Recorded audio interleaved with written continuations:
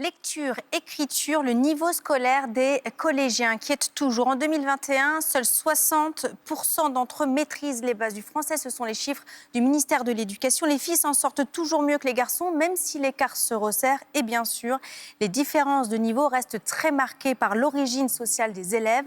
On en parle avec notre invité. Bonjour Adèle Woudour. Bonjour. Merci beaucoup d'être avec nous. Vous êtes probablement l'adulte de France qui a fait le plus de dictées. Qui a organisé beaucoup de dictées en France, mais à l'international aussi. En francophonie, c'est un succès fou qui a débarré en 2013 chez vous, à Argenteuil. Ça s'est terminé. Alors, il y a un championnat de France qui se termine dans des lieux prestigieux, on va les voir. Il y a eu l'Élysée, l'Assemblée nationale, Versailles. La Tour Eiffel, Parc des Princes, l'Arc de Triomphe. le Grand Palais éphémère. Vous avez encore une idée pour cette année ? Oui. J'en ai plein d'idées. J'aimerais bien faire le stade Vélodrome ou Notre-Dame de la Garde à Marseille. Mettre la province en lumière. En lumière. Et ça a commencé en 2013, chez vous, je le disais, par une demande des parents. Tout à fait. Parce que depuis l'âge de mes 16 ans, je suis engagé dans mon quartier. Grâce à l'engagement de mon père, j'ai suivi ses traces. J'ai fait des distributions d'or alimentaire, des sorties, et j'ai fait des distributions de fournitures scolaires. Et l'année où j'ai fait des fournitures scolaires, les parents sont venus me voir à la fin, même les jours d'après, quand j'étais au quartier, pour me dire que ça serait bien d'organiser des actions autour de l'orthographe. Donc j'en ai profité pour l'année suivante, lors de la distribution de fournitures scolaires, d'organiser une dictée. J'avais mis 40 chaises, on s'est retrouvé à 250 participants. Et à la suite de ça, j'ai... Quand ils vous ont demandé ça, Oui. Quelles difficultés eux rencontraient pour le faire ? Là, en général, c'est des parents qui ne maîtrisent pas très bien la langue, ou soit ont plusieurs enfants, donc c'est dur de les canaliser autour d'un exercice, autour de l'orthographe à la maison. Évidemment. Comme aujourd'hui, il y en a beaucoup qui me réclament d'organiser encore des dictées dans différents quartiers. Et donc, j'ai fait quelques étapes.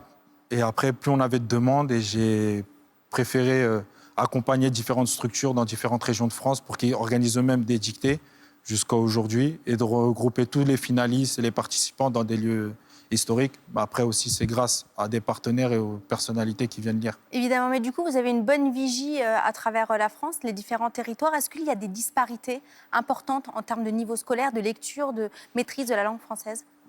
Je remarque que lorsqu'on fait les tournées des dictées, les quartiers les plus pauvres, il y a un grand fossé, il y a beaucoup de fautes sur les copies.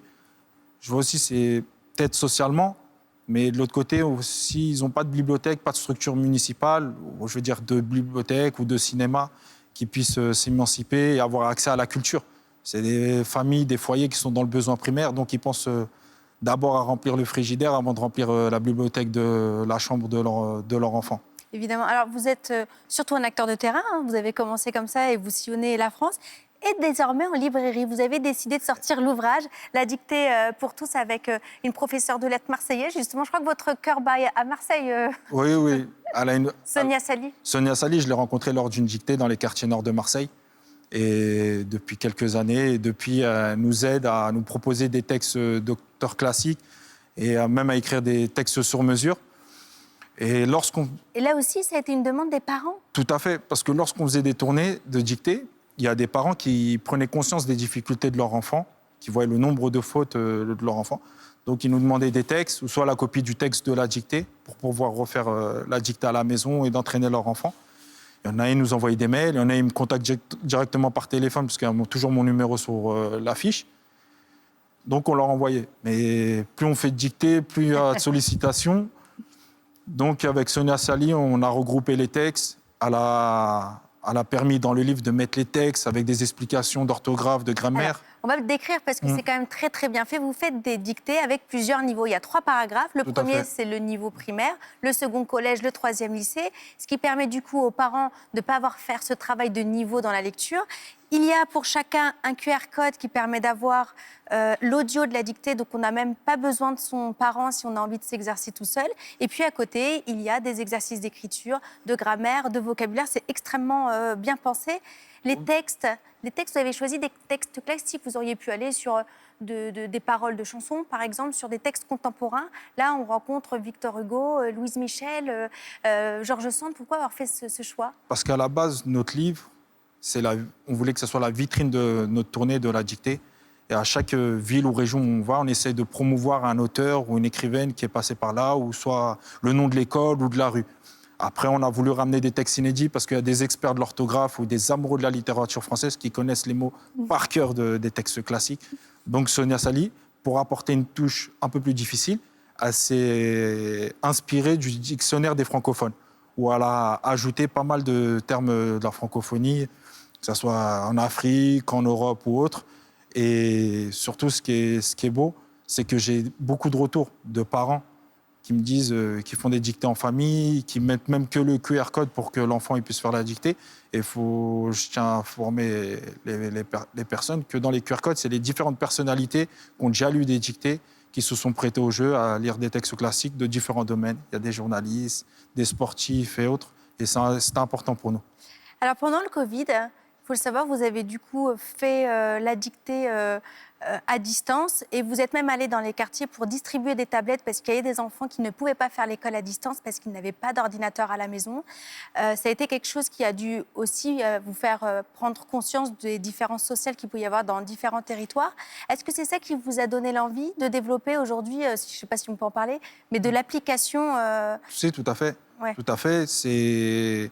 Lors du confinement, on avait des sollicitations de parents, parce qu'ils savaient très bien qu'on était toujours dans l'entraide avec les distributions alimentaires et fournitures scolaires.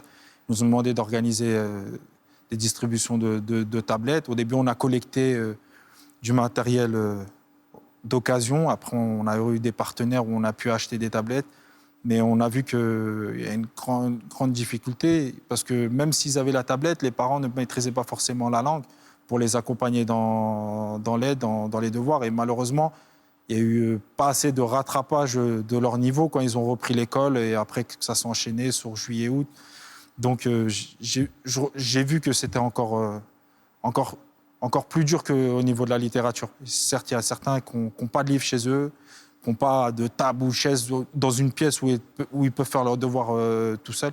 Et au niveau des tablettes numériques, c'était vraiment une crise, mais pas que sur Argenteuil, même au niveau national. L'application Dictée pour tous, c'est pour quand? Vous êtes en plein développement, c'est ça? Non, elle est en ligne, on peut la télécharger. Ah, pardon. Pour l'instant, il n'y a que les textes et la voix de Sonia Sali. On attend d'ajouter, de mettre à jour les différentes personnalités.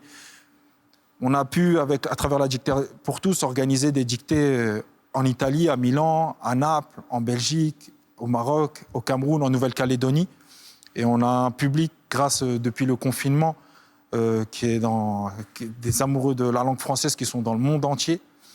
Et on vous a vu un peu plus sur les réseaux sociaux et faire des dictées en live qu'on peut retrouver d'ailleurs sur vos différents sites, Instagram, Twitter évidemment. Tout à fait. Je rappelle le nom de votre ouvrage, c'est La Dictée pour tous. Je le conseille vivement, les vacances arrivent là, donc pour ceux qui ont eu un peu de difficultés sur le début de la rentrée, eh bien c'est le moment de bosser un peu avec un livre très bien pensé et interactif. Merci beaucoup d'avoir été avec nous, Abdellah.